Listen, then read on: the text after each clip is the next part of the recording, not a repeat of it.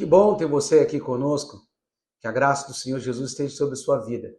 Quero convidar você a ouvir uma mensagem muito abençoada, inspirada na palavra de Deus, que vai certamente impactar o seu coração. E convidar você também a compartilhar com outras pessoas essa mensagem. E também te convidar para nos visitar, Rua Rosa Branca, número 32, bairro Bom Jardim, Igreja Metodista, às terças-feiras, às 19h30, aos domingos, às 9 horas da manhã e às 19h. Tá bom? Seja muito bem-vindo ao nosso meio e fique com essa mensagem abençoada agora para o seu coração. Amém. Romanos capítulo 8, versículo do 14 ao 16. A paz do Senhor. Gente, assim, todas as vezes que eu fui convidada a ministrar a palavra, pela honra e glória do Senhor, misericórdia dele, eu nunca tive tanta dificuldade como hoje. Eu sei o tema, o Marco falando comigo, já tem umas 2 semanas, eu sei o tema, sei o texto que eu quero falar, sei o que eu quero falar, mas não consegui. Aí a Jo mandou para mim, Dubi, manda aí o texto, o tema. Eu falei assim, meu Deus, e agora? Você mandei o quê? Senhor, agora eu vou ter que orar, que agora já está no limite, está em cima da hora. Aí, gente, aí eu orei, não consegui colocar minha ideia no papel, e aí eu mandei pro Marco, Marco, me socorre, eu não consegui colocar minha ideia no papel. Aí o Marco foi lá, pegou o texto, mandou a ideia dele pra mim. Aí eu olhei e falei assim, Marco, essa não é minha ideia, não aceito isso. Aí voltei de novo, não, agora eu vou orar. Aí orei às 3 horas, é hábito meu. E aí o Senhor foi, me deu a pregação, consegui colocar no papel aquilo que eu queria falar, que eu quero falar e que o Senhor estava ministrando ao meu coração. Mas, assim, eu tenho vários testemunhos, se você me perguntar, tem de cura, tem de libertação, de luta, de adversidade, na minha família, com a minha filha, com meu esposo, comigo. Mas falar desse tema para mim é um tema muito delicado para mim, Luciana. Então, assim, é um tema que Deus está falando comigo e esse ano Deus vem falando comigo sobre isso. E um dia eu estava, acho que foi no sábado, aí sentadeira, e o Michael, depois da nossa devocional, aí o Silvio mandou, pastor, qual é o tema da célula? Aí o Michael falou assim, Lu, acho que eu vou deixar livre. Aí eu falei assim, não, Michael, coloca paternidade, que a gente precisa entender o que é paternidade. E esse tema tem falado comigo durante todo esse ano sobre a paternidade. E a célula tem estudado a paternidade na visão do pai, né? Na ótica do pai, de intimidade com Deus. E hoje eu quero falar com você da paternidade de uma filha que encontrou o pai. Essa sou eu. Então, gente, Romanos capítulo 8, versículo 14 até o 16.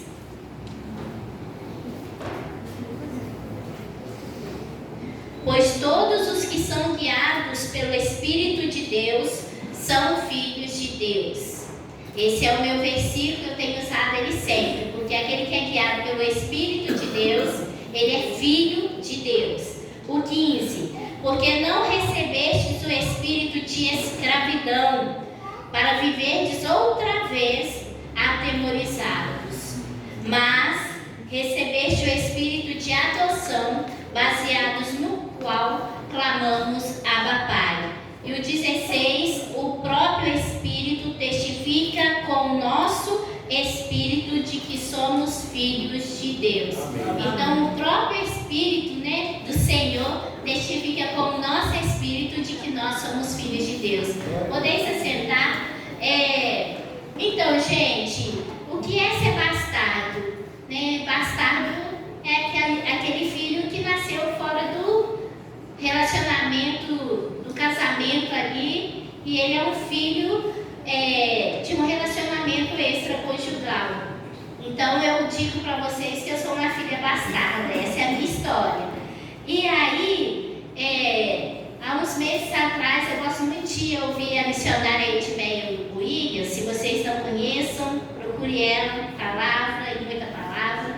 E ela falando dessa condição de bastardo.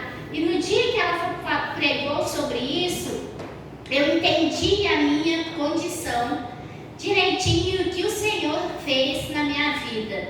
E ela falando que ela é fruto de um relacionamento natural do seu pai e que ela era uma bastarda e de que ela foi muito bem recebida nessa família. A madrasta recebeu bem, os irmãos paternos receberam bem, e o pai, que a instruíram, que ela herdou, né, a fé através da vida deles, ela foi criada com eles. Então esse é o relacionamento que o Senhor, né, houve o pecado, mas houve também o perdão, né, e houve também a misericórdia, a bondade do Senhor ali. E aí, essa semana eu o tempo todo eu só estava recebendo isso, paternidade do Senhor. Aí essa semana eu peguei o testemunho da filha do Luiz Hermínio, o apóstolo Luiz Hermínio. Se você não conhece, procure, que ele é uma besta, tem um testemunho muito bonito. E o testemunho dessa menina, eu lá assim na boa, né, o Mike tinha saído mais lá, e eu comecei a assistir o testemunho dela. E aí ela falando, eu sou uma bastarda e que o pai me resgatou. Aí ela começou a contar a experiência dela, porque ela é filha de também um relacionamento, né, fora do casamento, e no caso dela, ela não foi apoiada pelo pai. Esse pai não foi negligente, ele foi responsável durante muito tempo para com a vida dela.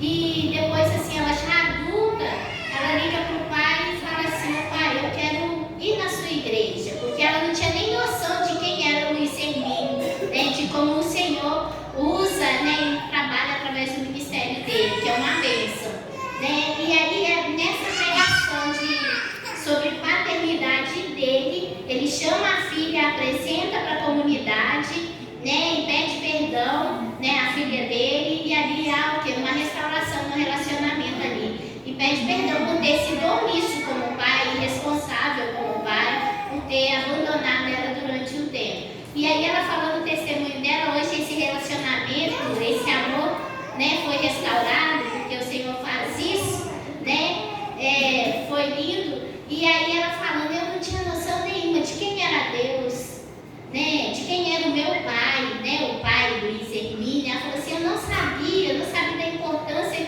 que o meu pai tinha no ministério. E ela falou assim, eu vivi uma vida bagunçada, uma vida de derrota e fracasso, mas essa vida bagunçada e de derrota e fracasso é por causa dessa identidade, é por causa dessa figura que faltou. Então, gente, eu como uma filha bastarda, eu falo para você, o que é ser um bastardo? O que é ser um bastardo é a gente pegar o leão todos os dias e tentar lutar contra ele sozinho, todos os dias, porque essa é a nossa postura, porque a gente aprende desde pequenininho que você não tem ninguém para te defender, de que você não tem ninguém para te cuidar, então você tem que se virar sozinho. Então essa era a Luciana antes. Então assim, eu vivia na defensiva e confesso para vocês ainda que ainda eu luto contra isso. Isso não é fácil para mim. Eu vivo na defensiva, olhando, observando, né, e tal. Outra coisa que eu tenho a marca na minha vida é a timidez.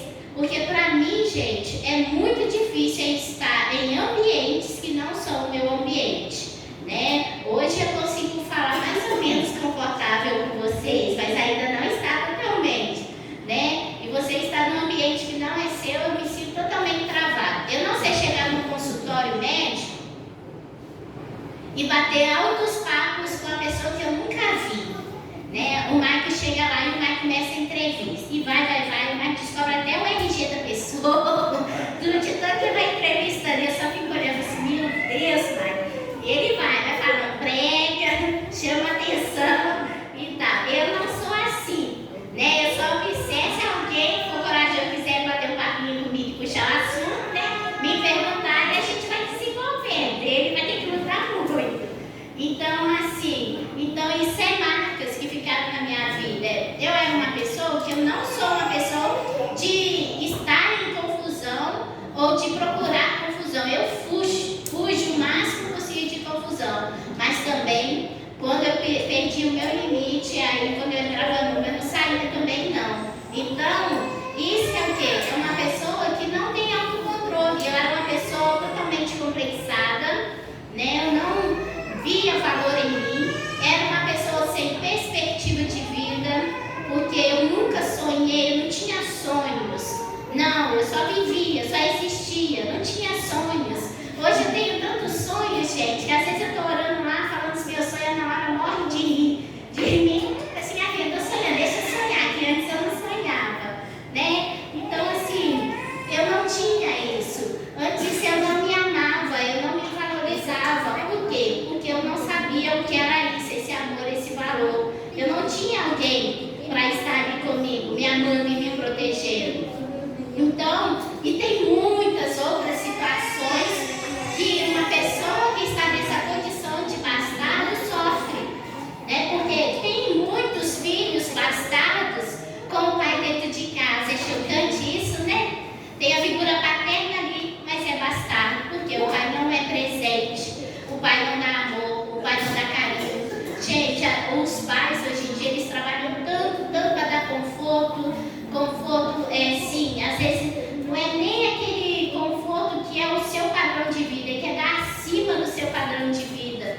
E às vezes você está ali num lar simples, né, com a paz, com a presença do seu pai é muito mais valioso do que às vezes você ter o luxo, ter os passeios, né, ter os videogames, os celulares melhores, né, os computadores melhores. É muito melhor ter a presença do seu pai, ter o seu pai como melhor amigo, né, ter nele a intimidade. Hoje eu estava conversando com a Tamires, aí a Tamires falando da mãe dela, eu falei assim, Tamires, do jeito que ela fala da mãe dela, eu falei assim, Tamires, eu vejo assim, a sua mãe levantava o pé e você colocava o seu, né? Ela era assim. E ela falando assim, até nos momentos que a mãe dela, que ela precisava falar para a mãe dela, exortar ela, né? Ela tinha essa confiança, não, eu fiz, então minha mãe vai me chamar a atenção e eu vou receber essa exortação. Então isso é intimidade, eu estou falando aqui de mãe, mas como pai a gente também precisa disso. Eu lembro assim do relacionamento da Ana Lara com o Mike. O Mike, que eu me lembro, uma vez que o Mike tornou o caldo com ela seríssimo, né? Às vezes ele fala bravo, mas gente, esse é o jeito de falar, né? E nesse dia ele acertou ela na casa, não sei nem de quem, não sei nem a história. Depois você pergunta pra ela, ela vai saber, porque isso marcou ela, com certeza. Então assim, o Mike tem o maior cuidado com a vida da Ana Lara, onde ele está, é o Mike que vai, porque eu não dou conta de seguir a agenda da Ana Lara, tá? Que é muita coisa, correr atrás dela. Então assim, ele é muito presente e eu sempre fiz questão de que ele fosse presente na vida da Ana Lara. Então depois que eu não tinha mais a possibilidade de acompanhar o Mike, a Ana Lara sempre acompanhou. Portanto que o Mike viajou sozinha, a Ana Lara não, mamãe, eu fico preocupada com o meu pai, eu disse, não, hoje você vai ficar comigo. Hoje tem seu pai, não, hoje é comigo. Aí eu falei assim, Mike, se eu cair no rio e tiver que escolher entre a mãe e o pai, a mãe vai afogar, né? Que o pai será socorrido, né? De tanto que essa ligação dos dois. Então, assim, isso é muito precioso. Eu não tive isso. Você cair, o seu pai te socorrer. Eu vejo o Gil com a pequenininha dele, com a Bia. Então, eu acho muito bonito esse cuidado. É o pai trocar, é o pai dar a mamadeira, é o pai levar para passear. Gente, não tem condições de levar meu filho no shopping. Que shopping, gente? Ali o Parque Panema, vai jogar uma bola, né? Vai sentar lá, aplaudir, né? É assim. E também nos chamar a atenção, na hora de exortar, puxar a orelha. Isso faz muita importância na vida da gente. E aqueles que tiveram esse pai presente, sabe como que isso deixa marcas na vida, né? De como que isso é valoroso, né? E é valioso. Então, gente, com essa palavra eu aprendi algumas coisas sobre como é ser filha hoje. Antes eu era uma bastarda, hoje eu não sou mais, porque Jesus me adotou, né? E hoje eu sou filha de Deus. E a pastora Edmeia Williams, ela fala isso, olha, porque eu sempre tive essa dúvida. Não, eu nasci com um relacionamento de pecado do meu pai e da minha mãe, então assim, eu vou ser sempre bastarda. E ela falou assim, não, você não nasceu num relacionamento de pecado. O pecado foi deles, mas você não é pecado. Você foi sonhada, você foi planejada pelo Senhor. Ela falando isso. E naquele dia eu entendi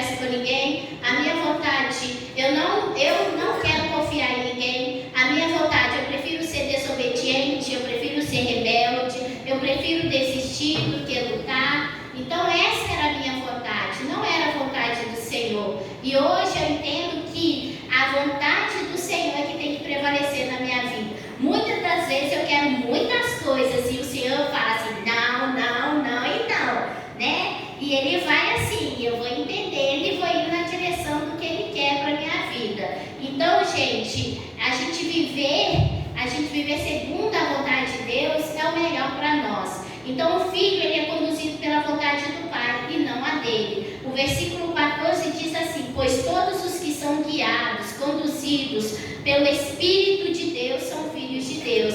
Então, se você tem dúvida, gente, então precisa ser feita uma oração tomando posse da paternidade do Senhor. E deixar o Espírito de Deus comunicar com o seu, porque depois que a gente aceita Jesus Cristo, há essa ligação de novo, essa comunicação, para que você entenda que hoje você é filho, você é filha amada do Senhor. E para os pais, o que eu tenho para falar para vocês é o seguinte, se o seu relacionamento não está tão saudável com os seus filhos, procure melhorar. E vou te dar um conselho a mais, vem para o homem ao máximo, você vai aprender como valorizar sua esposa e seus filhos, a sua família, ok? Aí, Romanos 12, versículo 2 diz assim, não vos conformeis com este século, mas transformai-vos pela renovação da vossa mente, para que experimenteis qual seja a boa, a agradável e perfeita vontade de Deus. Então, o Filho de Deus, né, aquele que é adotado pelo Senhor, ele não se conforma mais com as coisas desse século e a mente dele é mudada. Então precisa haver em nós essa chavinha, ela precisa deixar de ser bastar para nos tornarmos filhos amados do Senhor, adotados no Senhor. Mas Lu, eu tenho um pai, meu pai me criou, meu pai vive comigo em casa, mas todo aquele que não aceita Jesus Cristo, que não entende o sacrifício de cruz na cruz do Calvário, ele vive como um bastardo, ele vive longe do Senhor, nos pecados da vida, vivendo assim, sem eira e nem beira, né? Não sabe para onde ir, né? Eu vou, não tem noção de aonde vai dar o seu caminho, está seguindo e está vivendo uma vida sem juízo, né? Uma vida vivendo de qualquer maneira. E quantas pessoas a gente não encontra assim, né? E quantas das vezes nós não estamos assim? Ao invés de orarmos, a gente está procurando buscar lutar a nossa luta com a nossa força. E, gente, eu vou falar para vocês, por experiência própria, todas as vezes que nós lutamos por nós mesmos, com a nossa força, a gente se torna perdedores. Nós não seremos vitoriosos. Então, a forma do cristão lutar é em oração, é buscar o Senhor. Senhor, eu estou com esse desafio aqui. Então, eu vou me colocar na posição, vou orar, vou jejuar, vou clamar ao Senhor, vou chorar, né? Vou pedir socorro ao Senhor para que Ele esteja mudando essa situação na minha vida. Então, não conforme com este século. O século jaz no maligno, esse tempo jaz no maligno. A gente vê tantas coisas acontecendo e tudo contra a família, tudo contra um lar restaurado, tudo contra um lar estruturado. E a gente precisa deixar que o Senhor entre, mova e trabalhe na nossa família. A segunda lição que eu aprendo com esse texto é: o filho não tem mais o espírito de escravo para viver novamente com medo. O versículo 15, a parte A desse versículo, diz assim: porque não recebestes o espírito de escravidão para viverdes outra vez atemorizados. Não recebeste o espírito de escravidão para viver outra vez atemorizados. Outra vez. Ou seja, antes nós estávamos como escravos na mão do inimigo, nos nossos pecados, sendo conduzidos pelos nossos pecados, né? E hoje o Senhor Jesus nos libertou, nos adotou, né? E hoje nós somos filhos do Deus Pai. Mas, gente, tem uma condição aqui, para outra vez. Ou seja, o filho não tem mais o espírito de escravo para viver novamente, para viver de novo com medo.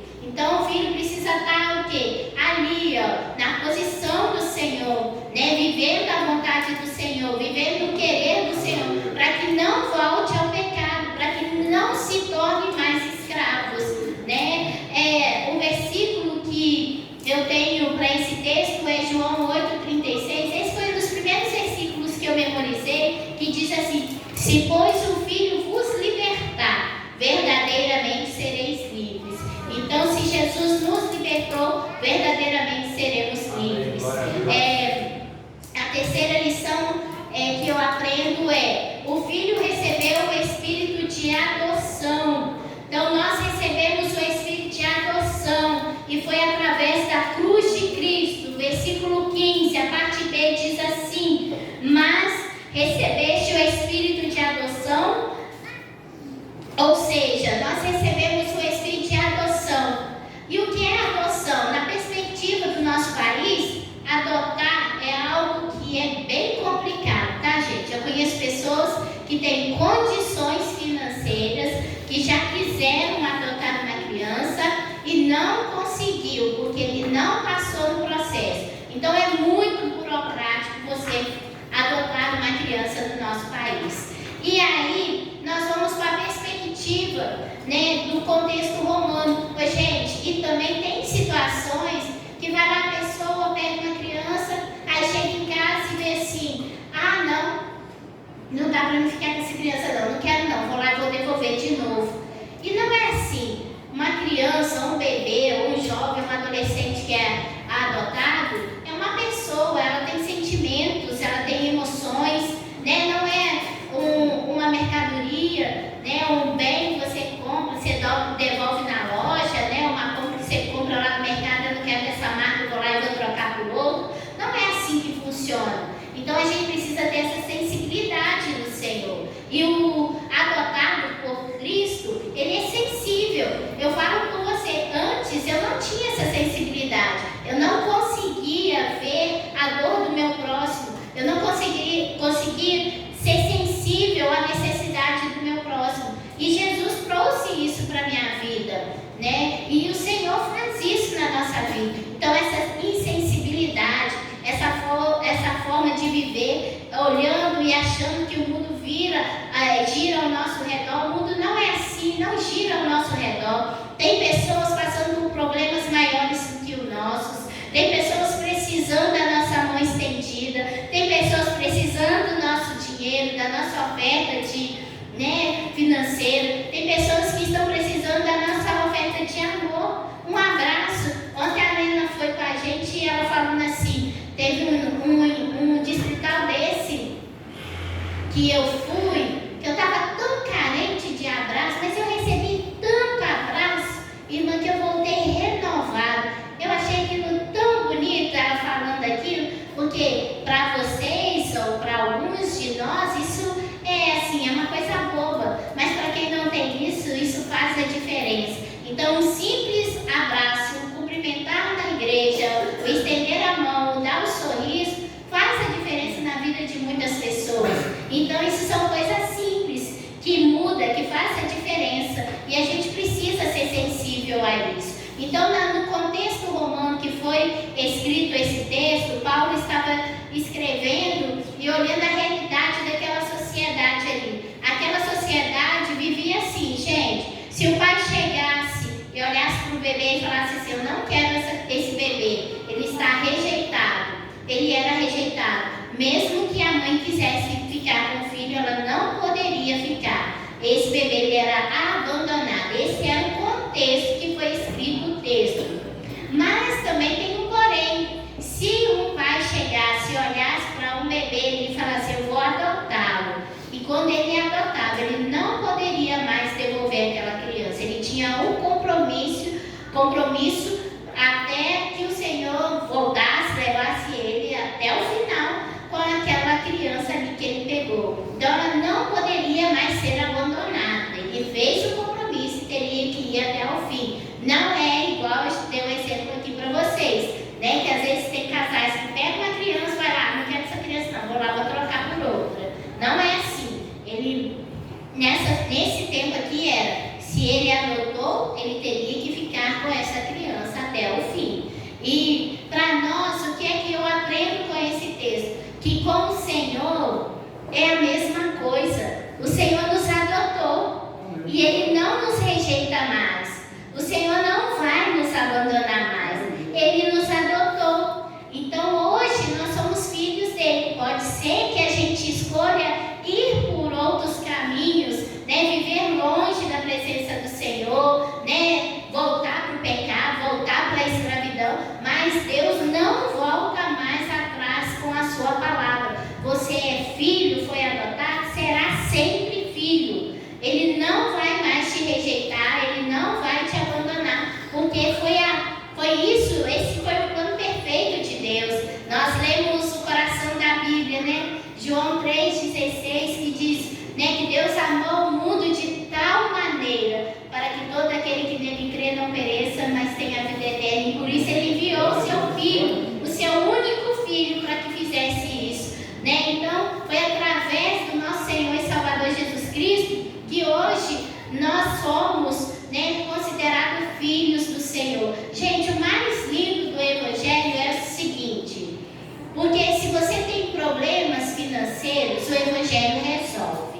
Se você tem problemas familiares, o Evangelho vai resolver. Se você tem problemas emocionais, o Evangelho vai resolver. Se você tem problemas de identidade, o Evangelho vai te dar identidade. Se você tem problema de ser uma abastada, o Evangelho vai te dar um pai. E isso é lindo do nosso Senhor. E foi isso que o Senhor fez por nós, né? O Senhor morreu, nosso Senhor e Salvador Jesus Cristo morreu, né? Pagou a nossa dívida, o nosso escrito de dívida que tínhamos na mão do inimigo, né? E nos deu, comprou para nós uma liberdade ali na cruz do Calvário. E hoje nós podemos dizer, nós nascemos de novo, nós somos filhos, né, do Deus, do Abba Pai, do papaizinho, do paizinho querido, do Pai de amor, do Pai de bondade, do Pai de fidelidade. Esse é o nosso Deus, é o Deus que tem nos amado e cuidado de nós. Então, gente, encerrando para vocês, como filhos, através do Espírito de Deus, nós temos a certeza de que Jesus nos adotou. Amém. Então, hoje nós somos filhos do Senhor. Hoje o Senhor tem uma nova história. E para os filhos do Senhor, a história é de vitoriosos, de vencedores. Não importa o seu problema, a sua aflição. O que importa é que tem um lugar, uma casa preparada, separada para nós, que é os céus, né? Tem uma mesa preparada para nós nos assentarmos. E só assenta nessa mesa aqueles que têm intimidade com o Senhor, aqueles que entendem que Deus é Pai.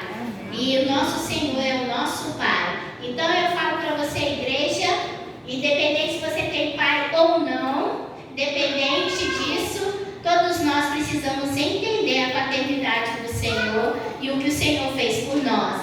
E a paternidade